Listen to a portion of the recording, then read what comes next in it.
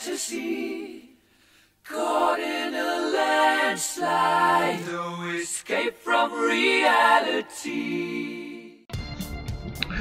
Okay, so as you know, if you watch my videos on my channel, or if you see my avatar, or if you've been on Twitter, you know that I'm a huge Venom fan. So I try not to be biased about all these books because I know that some of these books with Venom suck, and some of them aren't that good. And as you may already know, the 2011 run with Flash Thompson as Venom is my favorite of all time. I wish I could just get the whole thing in one book. It's so fun. When they had the Spider Island tie-in where Captain America was like a giant spider monster, and then they had to, Flash Thompson and Captain America had to team up to fight the Queen Spider Lady. That was like the most fun ever. And then Jack-o'-lantern was the main villain for the series. He was always fighting him. It was just really good. It was really good, like Batman Joker kind of situation. So they've been kind of saturating the place with these Venom series lately, but I don't care because I love Venom. So now they've got this new one, Venom Incorporated, and this is part 5, and it ties into the actual Venom book. And it says it's by Mike Acosta and Dan Slott, but you can tell that it's not, because all of the regular Venom books that's been a tie-in are a lot better than the ones that are with Spider-Man that Dan Slott wrote. So obviously there's some disconnect there, and he's not involved in some of those books. But as you can tell by this cover, this guy Sandoval has a very unique style. It's very 90s or very late early 2000s. His style is, I wouldn't say it's very 90s. It's like late 90s, early 2000s. Very similar style, exaggerated features and things like that. The way he draws women's faces and the characters' eyes, you know, kind of show you. And the muscles, he drastically increases the muscles to be weirdly misshapen, which is okay. I kind of like it. But here's the thing, check out this cover. The main thing I noticed about this cover is, first of all, Spider-Man has the best calves that I've ever seen. And second of all, the Black Cat costume is so funny because her boobs are eyeballs.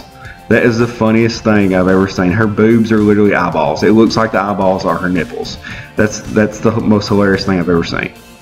So if you hadn't been following this series, Lee Price is a former occupant of Venom, and he has now stolen part of Venom from Mania, which was another symbiote, and he's using it to mind control people.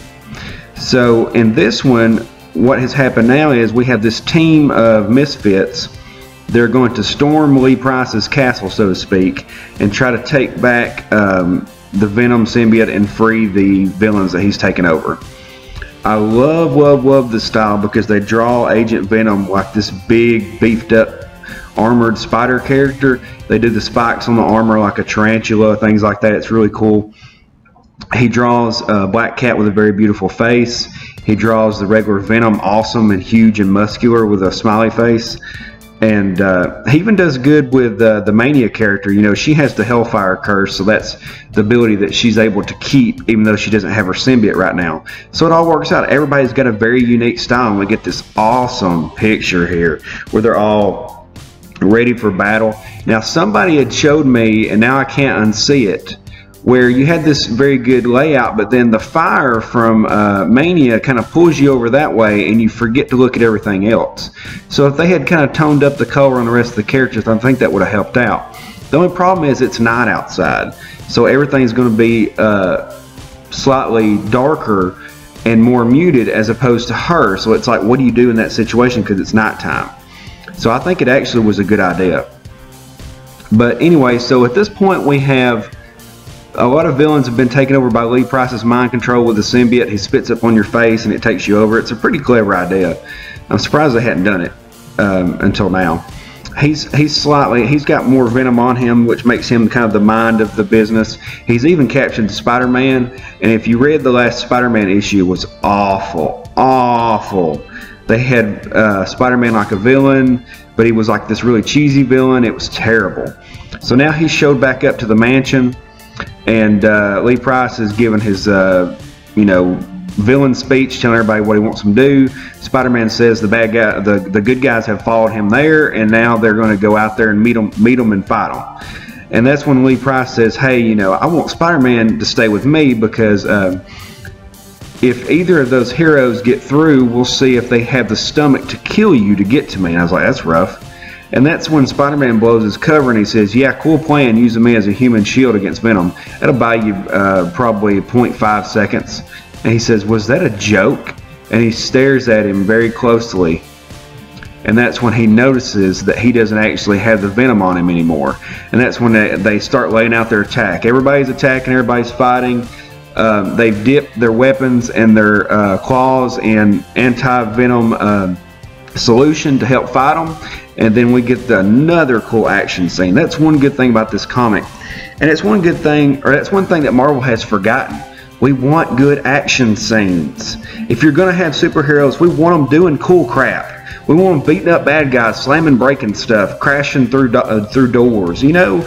And they've forgotten that. But you get these guys in here now, and they look like rock stars because they have such bad art at Marvel now. You look at this, and you look at Cable, and it craps on all the other books that they've got right now. It craps on them, and then cook some dinner, and then when the people get ready to eat that dinner, they knock it off into the floor and make fun of them about it. That's the kind of stuff they're doing at Marvel right now. But anyway, so they're fighting him, and they're slowly winning. They're starting to get some of the bad guys back to normal, and that's when they're all start trying to pile on anti-Venom. Hammerhead's fighting Spider-Man because he just doesn't like him, and then the regular Venom gets a good hit on him and takes a bunch of the bad guys out as well. We get a more cool action scenes, and that's when anti-Venom gets the idea, because you see the Scorpion character is a Venom technically. He has been taken over, and he is like a full-on Venom. So he needs to be taken out as quick as possible. And so anti-Venom jumps on his back, and through the contact of his skin, it's deadly to regular Venom symbiotes, so it tries to escape, and then you have Scorpion back to his normal self. The problem is now it's given Lee Price enough time to go and get reinforcements and more weapons. So they start attacking.